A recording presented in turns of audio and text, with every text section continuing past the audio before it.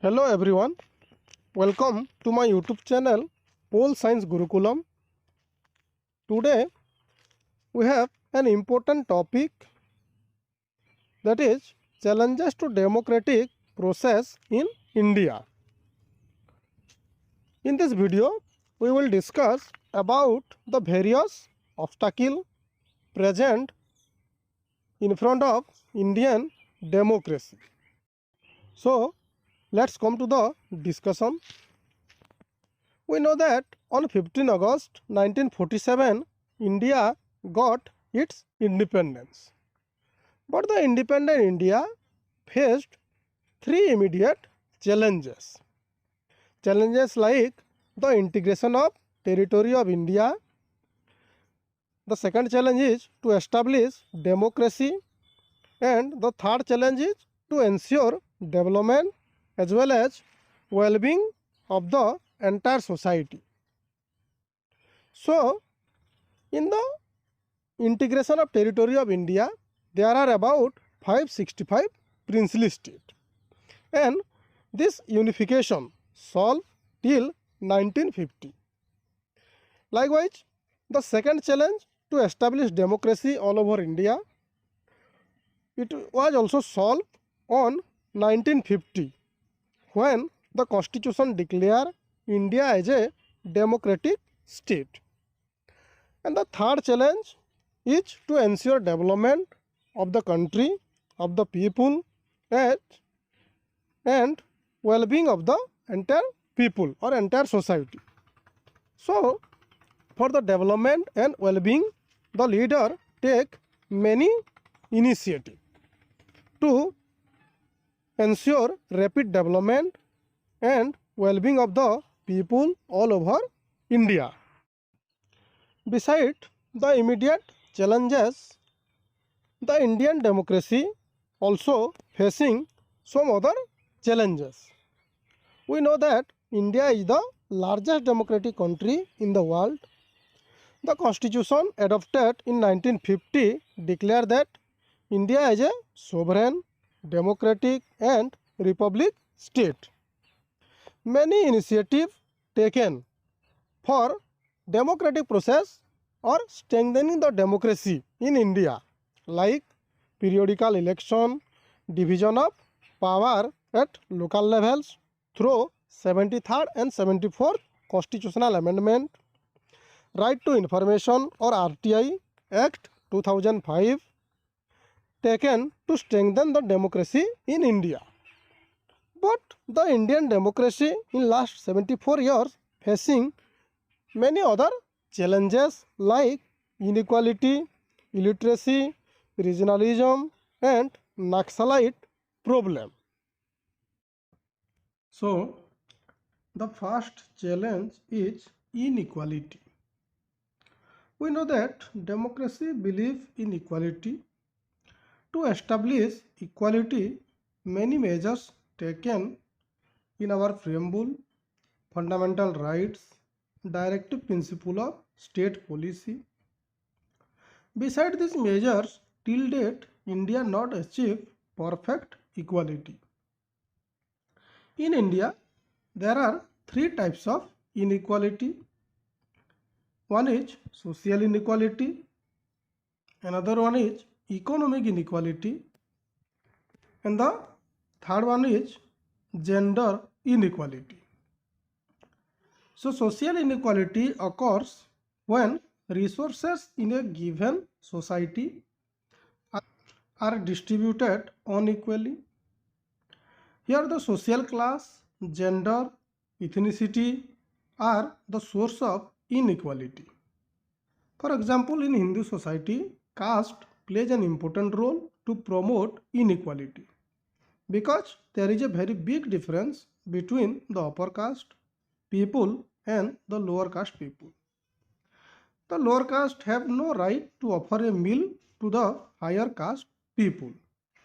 So in India, there is vast social inequality. The second type of inequality is economic inequality. It means difference in income and wealth.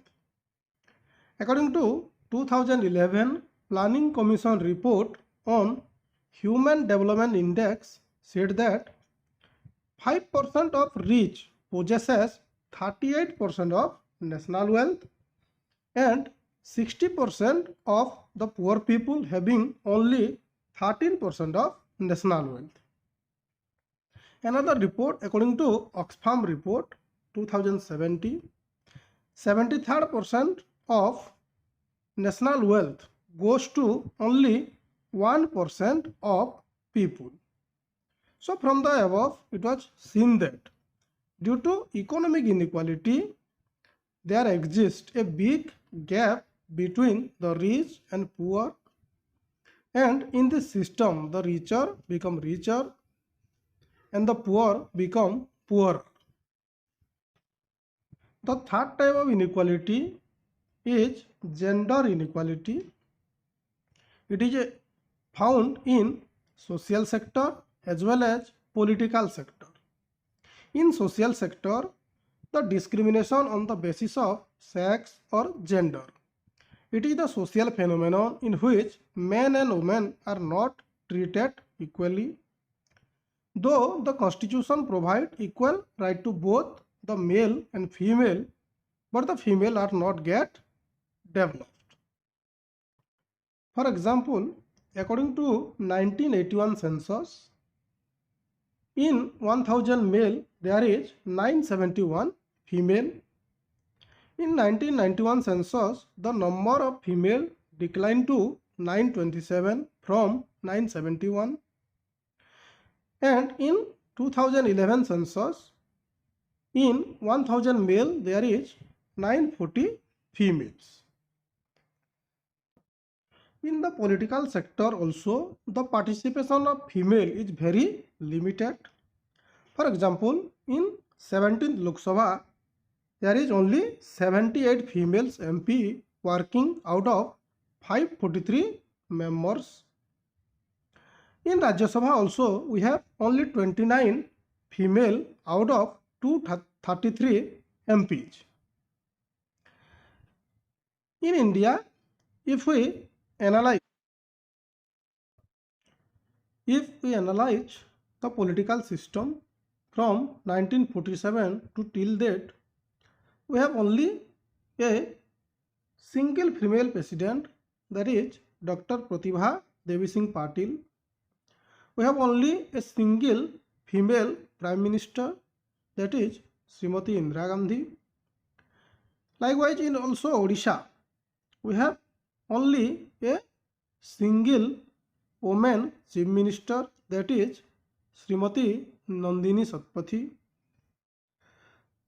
According to World Economic Forum report 2013, from gender perspective, India occupied 105th position out of 136 countries. So many initiatives taken in the form of 73rd and 74th Amendment to increase the participation of women in local level, where the women have 1/3 or 33% of seats reserved in both panchayat and municipality. The second challenge is illiteracy. Democracy believes in literacy because all-round development of individual possible only through education. Because an educated individual much aware about their rights and duties. In this context, John Stuart Mill once said that before the implementation of universal adult franchise, there is need of universalization of education. So, education is an important element of democracy. So, countries like Japan, South Korea, USA, UK, Germany, France having literacy rate of 99%. In India, according to 1951 census, the total literacy rate was 18.33%, out of which the male literacy was 27% and female was 8.5%. In 2011 census, the total literacy rate is increased to 74%, where the male literacy rate is 80% and female is around 66%. According to National Statistical Office or NSO report 2021, the total literacy rate of India is 77.70%, where the male is 84.70% and female is 70% rate. If we look after the state literacy rate, Kerala having highest literacy rate of 92.2%, followed by Delhi 88.7%, Uttarakhand having 87.6%, Himachal Pradesh having 86.6% and Assam 85.9%. On the other hand, states like Andhra Pradesh, Bihar, Rajasthan, Jharkhand have less literacy rate as compared to the above state. So, for the promotion of literacy rate, government take many initiatives. In the Article 45, there is a provision for free and compulsory education for children up to 6 to 14 years. Government also arranged the primary school system and it expanded to 5 lakh villages. And also through Right to Education Act 2002 and Sarva Shiksha Abhiyan 2010, government tried to increase the rate of literacy in India. The next challenge in the way of Indian democracy is regionalism. Indian democracy also been struggling with the concept of regionalism, which is primarily an outcome of regional disparities and imbalances in development. Although development process in the country aims at growth and development of all regions, but it did not fulfill the demand of the region or people. There is existence and continuation of regional inequality both among the states and within the state. This creates a feeling of neglect, deprivation and discrimination. This situation led to the growth of regionalism, which further demand for creation of new state, autonomy or more power to the state or even secession from the parent country. For example, separatist demand in Jammu and Kashmir, a separate independent state of Assam demanded by United Liberation Front of Assam or ULFA, demand for Khalistan in Punjab are the example of regionalism in India. One of the major challenges in front of democratic process in India is Naxalite problem. The Naxalite problem emerged as a peasant movement in 1967 in the Naxalbari police station area of Darjeeling Hill district in West Bengal.